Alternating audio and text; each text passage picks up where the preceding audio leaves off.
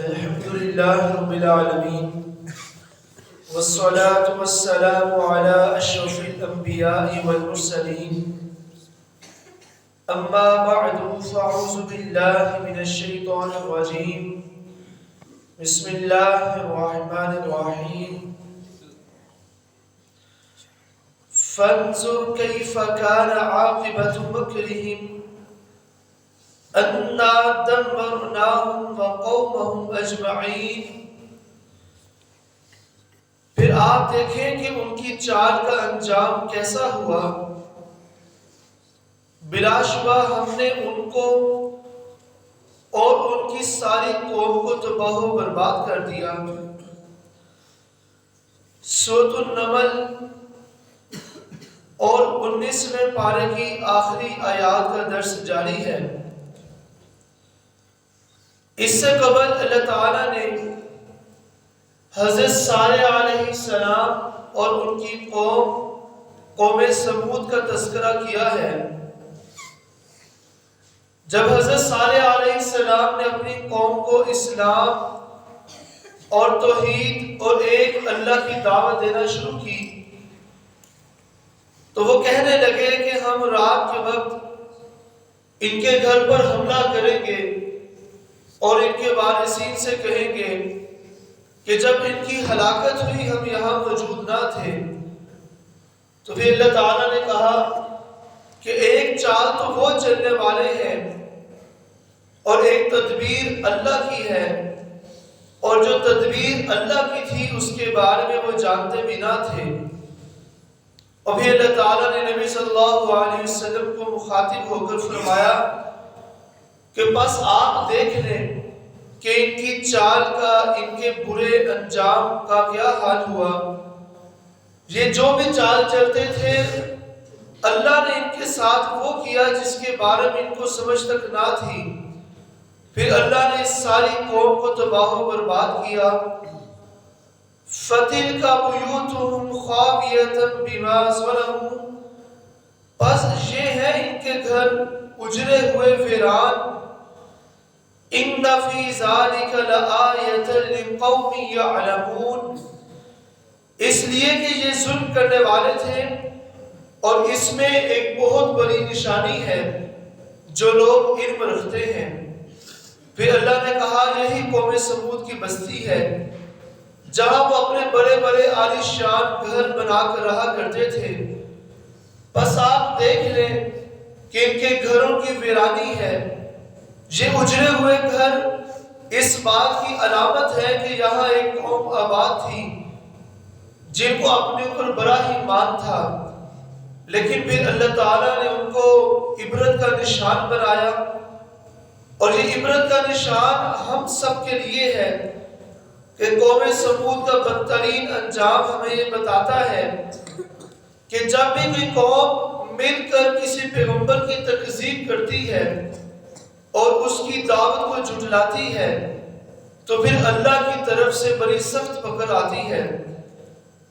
وَأَنْجَيْنَا الَّذِينَ آمَنُوا وَكَانُوا يَتَّقُونَ، اور ہم نے انہیں نجات دی جو ایمان لائے اور اللہ سے ڈرتے تھے۔ اور وہ چند لوگ جو حضرت صالح علیہ السلام کے ساتھ ایمان لا چکے تھے، جنہوں نے اللہ کی دعوت کو قبول کیا اور وہ اللہ سے ڈرنے والے تھے، تو ان کو نجات دی۔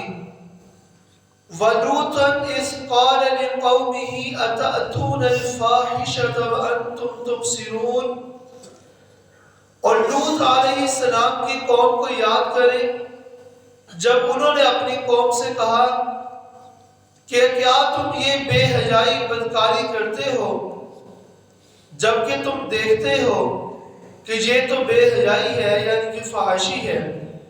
اب قوم سمود کے فوراً بعد قوم لوط کا ذکر آ رہا ہے۔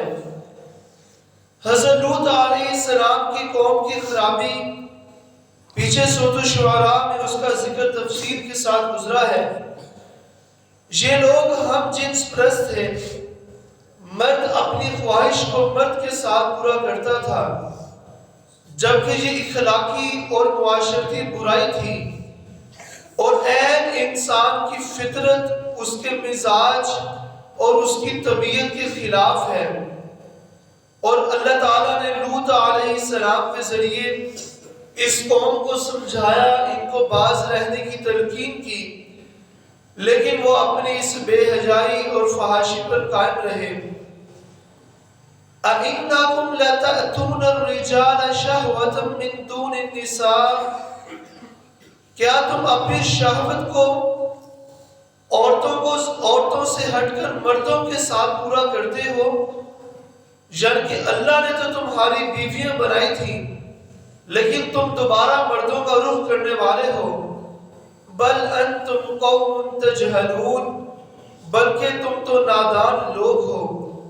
یعنی کہ جاہل لوگ جو یہ بات سمجھ ہی نہ پائے کہ ان کی فطرت کا تقاضا کیا ہے، جبکہ اللہ نے تو ان کے لیے خواتین اور عورتوں کو چنا تھا. اور پھر ان کی آزمائش کے لیے اللہ تعالیٰ نے 2 مہمان بھی بھیجے تھے، جو دراصل ابراہیم علیہ السلام کے پاس بیٹوں کی بشارت لے کر جا رہے تھے، لیکن راستے میں قوم لوط کو آزمایا گیا. انہوں نے ان نوجوان 2 جو فرشتے مہمان تھے ان کو بھی دیکھ کر برائی پر آمادہ کرنا چاہا. پھر اس کے بعد اللہ تعالیٰ نے اس قوم کو بھی تباہ و برباد کیا.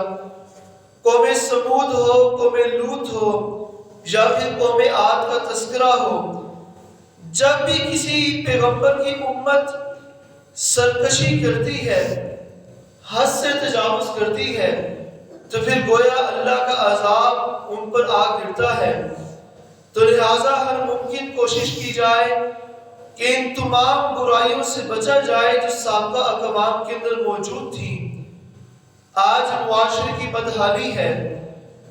آپ پچھلی اقوام کی ساری برائیوں کو سامنے رکھیں اور آج وہ سب کی سب برائیاں مسلمانوں کے اندر موجود ہیں، وہ چاہے شہوت ہو، یا پھر وہ قوم سمود والا حال ہو، یا پھر قوم شعیب کی طرح ناپ تول کی کمی ہو.